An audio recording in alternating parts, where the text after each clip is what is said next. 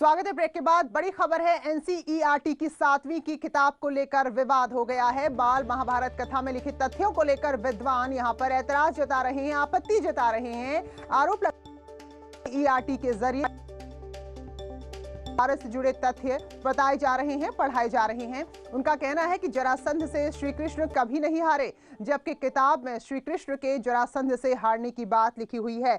तो कक्षा 7 के पाठ्यक्रम में ये किताब है और विद्वान कह रहे हैं कि जो तथ्य इसमें दिए गए हैं, जो प्रसंग, जो बातें इसमें लिखी गई हैं, दरअसल पूरी तरह से गलत हैं।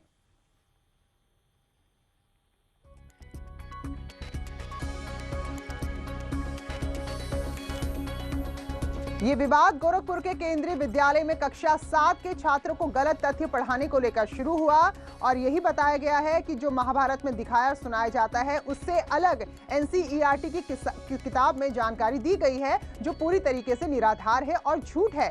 तो किताब में यही लिखा है कि जरासंध ने भगवान श्री कृष्ण को युद्ध में पराजित किया था और जिसके चलते श्री कृष्ण को द्वारिका जाना पड़ा था। तो अब इस बात पर आपत्ति जता रहे हैं विद्वान और इतिहासकार। उनका कहना है कि बाल महाभारत की जो कथा है उसमें जानकारियों को झूठी तरीके से पेश किया गया है, गलत तरीके से पेश किया गया है। तो ये तस्वीर देखिए जरा कि वो किताब कौन सी है और क्या कुछ लिखा है। पहली तस्वीरें कक्षा 7 की पुस्तक आपको नजर आ रही है, बाल महाभारत कथा।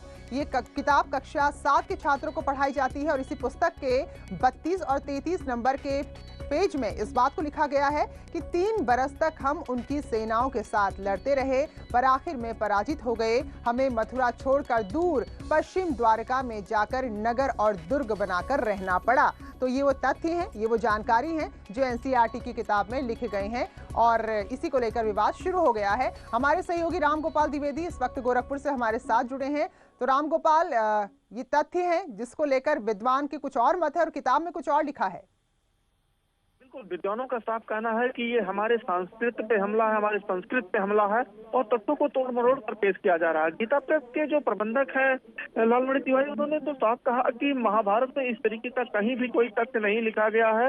उसमें जो है ये जरूर भगवान श्री कृष्ण और युधिष्ठिर की एक बात होती है और उस बातचीत के दौरान जब युधिष्ठिर एक यज्ञ करना चाहता है तब जो है भगवान श्री कृष्ण युधिष्ठिर से कहते हैं कि आपको जरासंध को हराए बिना जो है आपका ये यज्ञ पूरा नहीं होगा।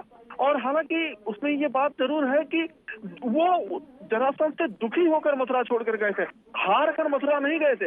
इसी तरीके से जो इतिहासविद है उसका भी ये कहना है कि